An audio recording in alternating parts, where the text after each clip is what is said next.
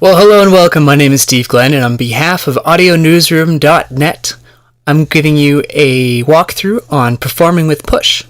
Now, there are many different ways to perform with Ableton's Push, but I'm going to show you that I'm calling Song in a Clip.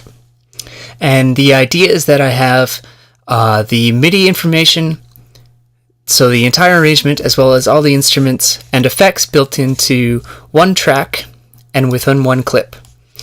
And I get to use the drum rack feature on Push so that I have control over drum pads, sequencing, arrangement, as well as these 8 encoders here at the top that I can use to control all of the instruments in my performance. Now, this is designed for original songs that you're going to put into this yourself. You can use samples and you can use instruments.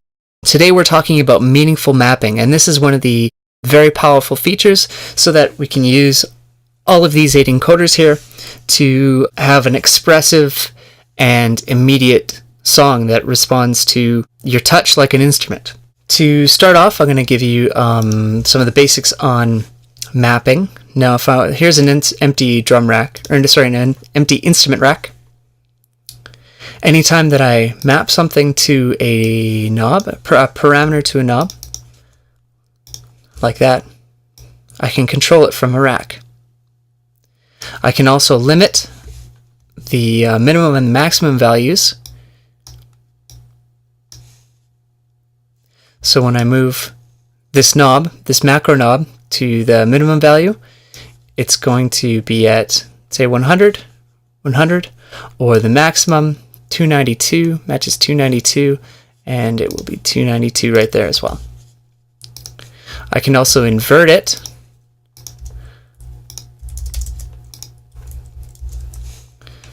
so that the same macro knob movement moves the parameter in the opposite direction. I can also map that macro knob to a macro knob in a different rack. And if I were to duplicate it, it carries over that mapping. And now I have, say, instrument rack 1 and 2.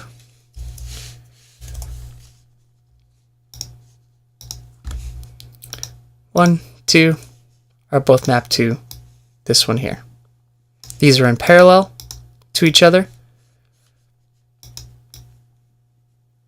controlled by that single knob there.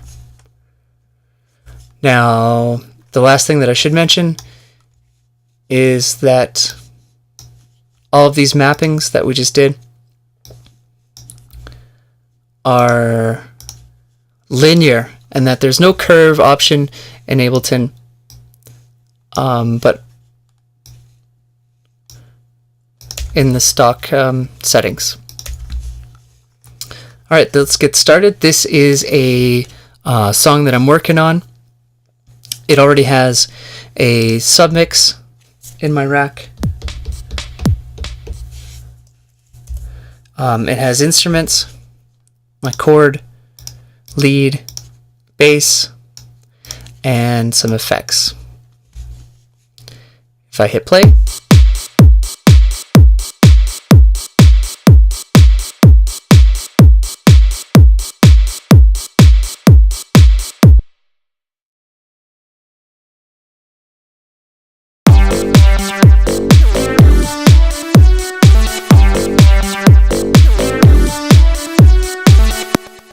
what will make a song like this more expressive is that if I can control 2 different instruments at the same time with a single knob. So I'm going to do some complementary mapping on, say, these chord and lead. I want to turn one up and the other down. So this will just sort of be a mixed balance scenario.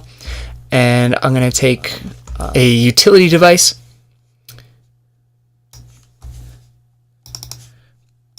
put it on the lead, and another one on the chords.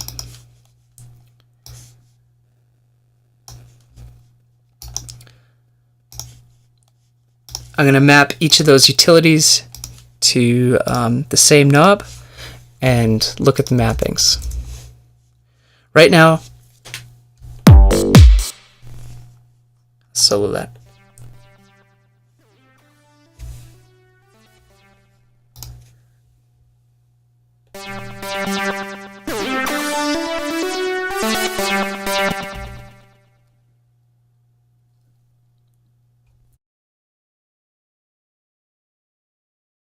Okay, so as I turn up that knob to 0, it turns them both up at the same time. But what I want is for them to work in opposite directions, so I'll invert one, doesn't matter which one, -35, -35. And now when I turn that same knob,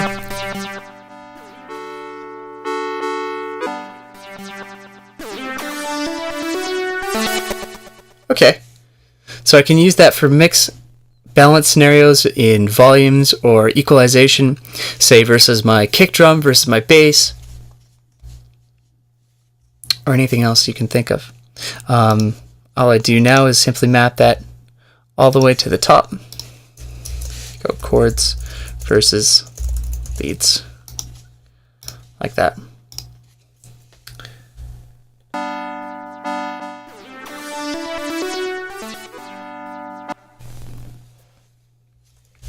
Or I can put filters on something and filter something up and something down at the same time, or filter, you know, do all sorts of sound design with that as well. I can also do different arrangements. So on this drum submix, where's the part that I wanted? This one.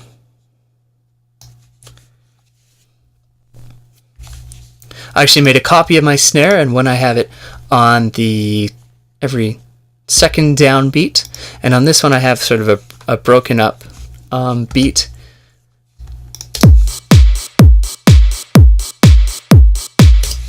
Versus this. Okay, and I want to turn one off and turn the other one on at the same time with the same knob. So I'm going to map the speaker on, speaker off here to the same knob. I'll hit this map button, and the way that buttons work, either the on-off buttons, is that they go from 0 to 64 here is off, and then it is on between 64 and 127. So what I actually want is for one to turn off while the other one turns on, so I'll go from 0 to 63. And now we'll take a look here, and here you can see that one turns off and the other one turns on at about the same moment. I'll hit play.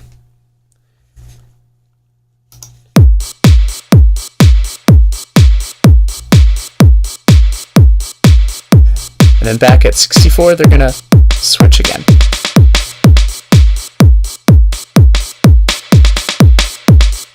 Okay, so I've changed my actual arrangement of the piece. Even though I have a copy of that snare drum, I have a different arrangement just by changing knobs. The last thing I want to tell you about is racks with ends.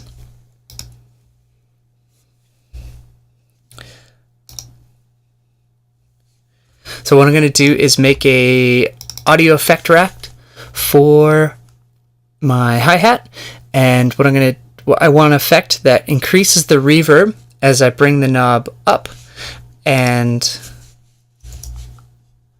then at the end I want it to turn off. Okay, so what I'm going to do is open up my flat knob. I'm going to map the macro of dry wet to that one knob. I also want to add in some ping pong delay, and I'll create another rack here named dry. What just happened?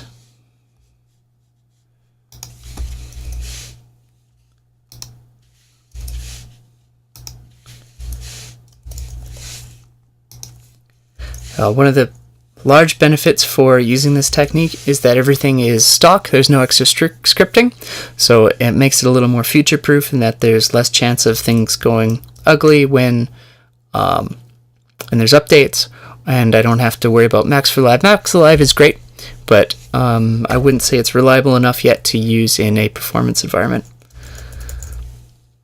for myself personally. Also, even though this is designed for push, when you have your racks set up for 8 knobs at the very top, it makes it easy for like APC40s or anyone else to just jump in and start manipulating these racks. Cool. Reverb. Okay.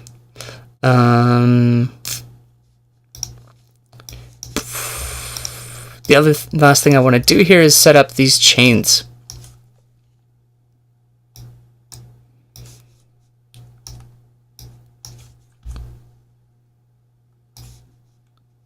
I want the delay to come in right at the very end, and reverb throughout except for the very top.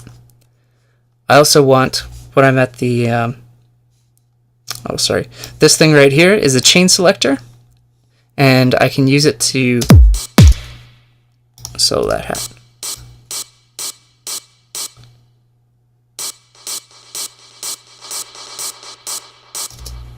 It's going to graph whatever that is. It's going to, wherever it intersects these lines here, these sections, it'll play that chain right to the max.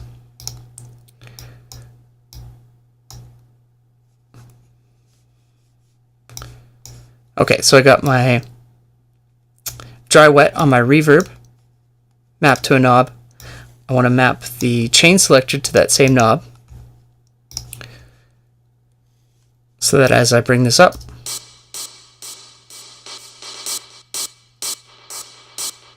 and then at the bottom I want to see, that's my, can't see, my reverb effect.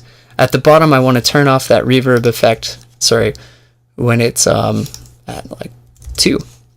So when I'm not using the effect, it's not using any CPU. Here we are.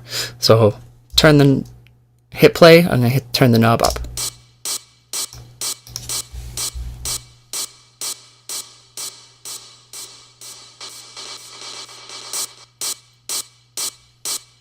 That's great, because when I'm using a transition, I can make things more intense, and I don't have to go back down. I don't have to turn it down at the end of that transition. I can turn it all the way up, and it's actually back to where it was.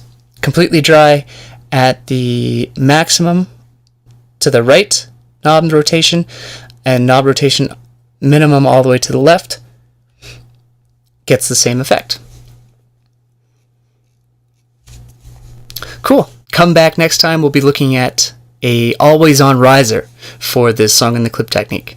I'm Steve Glenn. This has been an AudioNewsroom.net segment on performing with Push.